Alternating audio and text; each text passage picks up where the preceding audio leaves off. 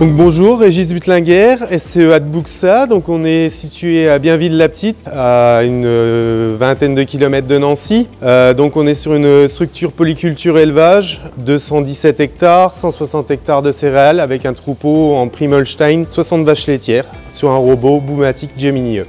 Nous avons fait l'acquisition d'un robot Gemini Up suite à l'arrêt de l'installation salle de traite en 2x5 sur l'année 2024. Mise en route du robot fin mai 2024. Aujourd'hui, nous sommes à plus de 8 mois de démarrage.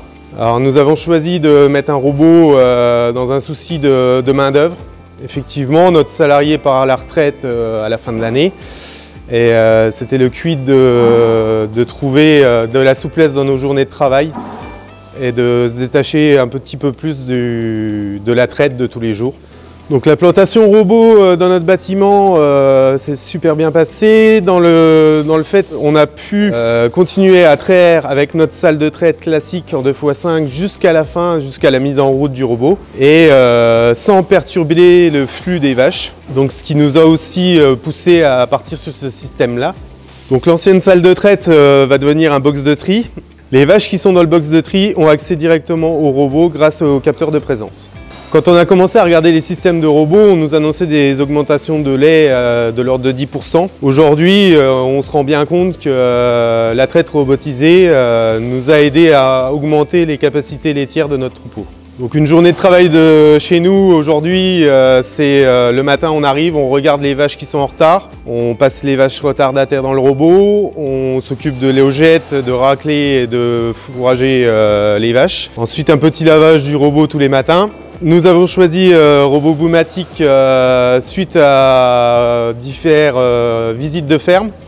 Donc effectivement, on a quand même été voir la concurrence, on a vu différents systèmes de traite. Et ce qui nous a plu sur ce robot-là, c'est la traite par l'arrière, c'est l'accessibilité à la mamelle et bien entendu le feeling qui est bien passé avec le commercial de chez Boomatic Center à Alain. Donc après quelques mois de mise en route, le passage des genisses se passe super bien sur le robot. Ce que je fais généralement, c'est un premier passage dans le robot avec un branchement manuel de la genisse. Et au bout du deuxième passage, je mets seulement en route le bras, ce qui l'habitue tout doucement à rentrer dans la cage. Pour les tarissements, tout se passe dans la fosse, donc je suis en sécurité dans la fosse. Je mets en place mes antibiotiques et mes bouchons sans problème. Et la vache reste dans un milieu qu'elle connaît et tout se passe relativement bien.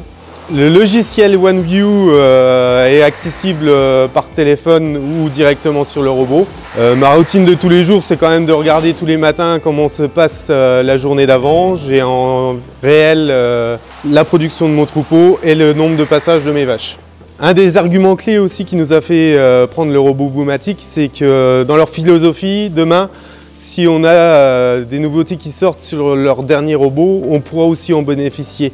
Par exemple, si demain un nouveau type de caméra sort, pas besoin de changer de robot, on peut l'adapter directement sur le mien. Notre choix s'est porté sur Boomatic pour ces différentes raisons.